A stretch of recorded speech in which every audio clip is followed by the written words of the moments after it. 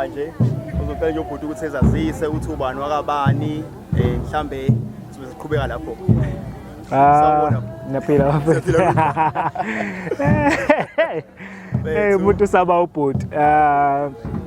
Ya noma kungasela ubhuti manje ngubaba manje nenzani nenganga. Ake sekuphelile. Ubaba manje igama umluleki. Igama umluleki ngwaKaNduli. Itsempelini like ethumusa eClermont kaDabeka. Cabanga ukuthi iyona indlela eright yokuyichaza esontweni leyo. Inhle kakhulu. Siyabonga mfethu namhlanje sisegcawini ezinhle. Kahle kahle semlandweni. Mhlambe kuphi ngathi fahla ngalokho nje sikhona mfethu ipride mfethu looking at where we coming from as isonto mfethu ize kade sebancane kodwa umusa ngokhokho akekho wacabanga ukuthi into kaShembe ngaba kangaka. Yabo bafethu ukukhuluma iqiniso. Ukukhuluma iqiniso mina ngiyayijabulela nje.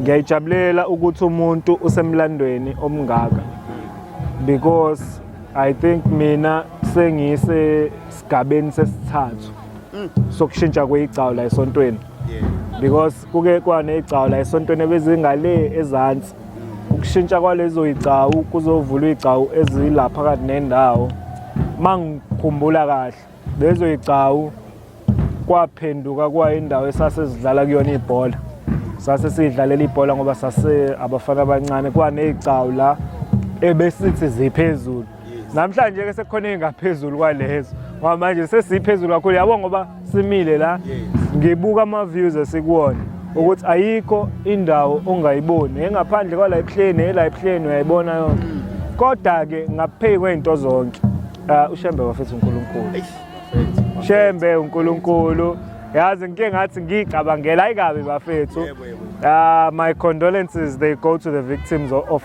ama floods like KZN le ndawo ngikhulele la ePheni mina kodwa I've never imagined ukuthi kusani ne vacant space engaka la ePheni thina nizokhumbula nani bafethu khona ihlathi siye kulona la sila ehlathini sasilihamba lonke lehlathi ufike la sekuyiwa Sathi lagcina khona Thethe hayi sekuphelile ke ePheni manje akusekho obunye ubuhleni kodwa namhlanje ukuthi sisendaweni engaka ezokwazi uku-accommodate bonke labantu basePheni for imgidi kuyakhombisa ngempela ukuthi uShembe uNkulunkulu ngoba le ndawo besiphila nayo ikhona singayazi ngicabanga ukuthi ngabe namanga umuntu ongathi ubazi ukuthi khona le ndawo la ePheni kwanami ngithukile mengifika la ngibona isikhathi sasesentabeni ukwenza nje i-typical example njengoba kuJuly manje amakhosazana adebuye entanda ngihambe ngala ngemuva ngasemadokotweni amasha asekama ngoba ngithi ngifuna ukubona amadokotela asekama ngahamba ngazi ngarawunda ngazi ngazoqhamukela la kule stage esakhiwe la ehlathini kodwa ngizake ngikubone la ngikubone ngoba uShembe sethi asezela ngoba sisakhiwe lana ke manje isima ilapho bafethu futhi ubhuti one of the pioneers wabantu abashutha le so mina ngiqala ukubona umuntu ophethe camera ngabona yena and into yakhe it was going viral everywhere on Facebook like umuntu membono evele photo ejethi bethu ngicela usitshele ngedevelopment yini yake inspiration because truly speaking when pioneer and agwala ama camera after that bafethu uma nis-invite la kwi-channel nisitshele siprepare kodwa ngabuka ukuthi labantu bonke le ndlela abashutha ngayo bashutha ngendlela yabo yala esontweni kuphela omunye umuntu ongekho la esontweni ongekayi-understand engingayi-understandini kwakhe nendlela abaportraya ngayo ubuNazaretha akwenzi ukuthi umuntu ongaphandle kobuNazaretha a-understand ukuthi for instance la esontweni kunabantu abangaka because uma beshutha they are only focusing on the subject bashutha lo muntu oshumayelayo sekuphelile uzophatha inkonzo azayiqede ubuka inkonzo ubuka lo muntu oshumayelayo labantu bonke abathi amen awubaboni ukuthi baphi labo bantu same thing ngisho ubuya emafotweni manje amafoto nangu nje ufaka ifoto likababamkhulu awazi kodwa ukuthi ubabamkhulu wayenobani ngamzukwana eyolandalela ikhongomani ngoba ifoto likuvezela ubabamkhulu kuphela alikuvezela ukuthi waye kuphi kwenzakalani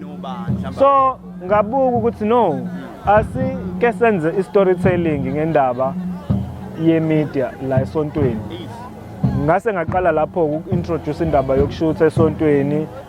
Ngaqala ngokushutha ama-motion pictures abantu baba interested kakhulu yabo. Kuthe kusuka lapho ngabona ukuthi okay, ngoba abantu sebeya-understanda manje indaba yesithombe ukuthi ihamba kanjani, yini meaning yokushutha, yini message ozama ukuyi-portray ngesithombe. Asidluleke manje, asibenze ba-understand i-value ke yalesithombe. That's where things started to get complicated. Mangabe sekufanele ba-understand i-value, ngoba i-value ukhumbule ukuthi it carries monetary value.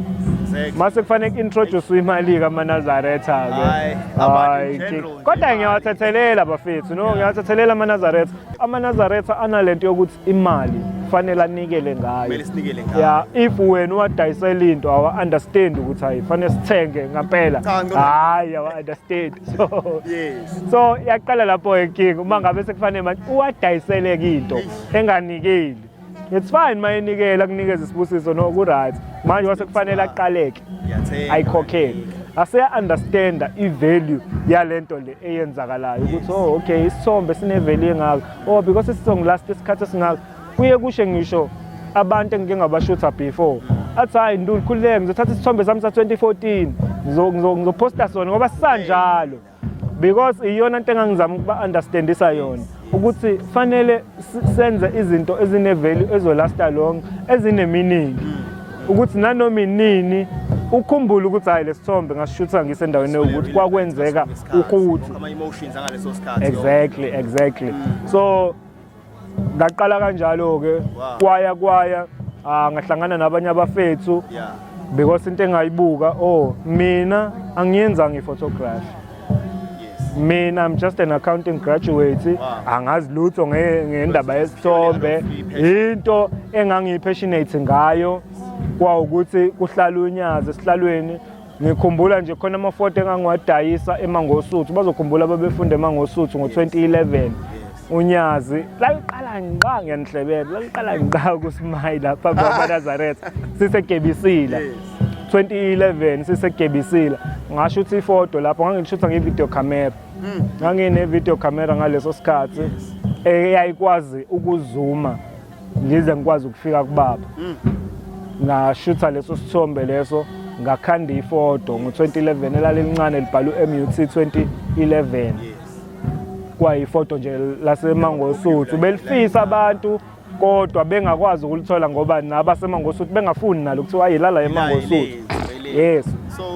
So into engifuna ukuyisho ke ukuthi iqale lapho lento le ngase ngabona ukuthi mina ngoba ngazi lutho ngalento yokushutha ake ngiscout la esontweni ukuthi bakhona yini abantu abenze iphotography esikoleni, abenze ivideography esikoleni.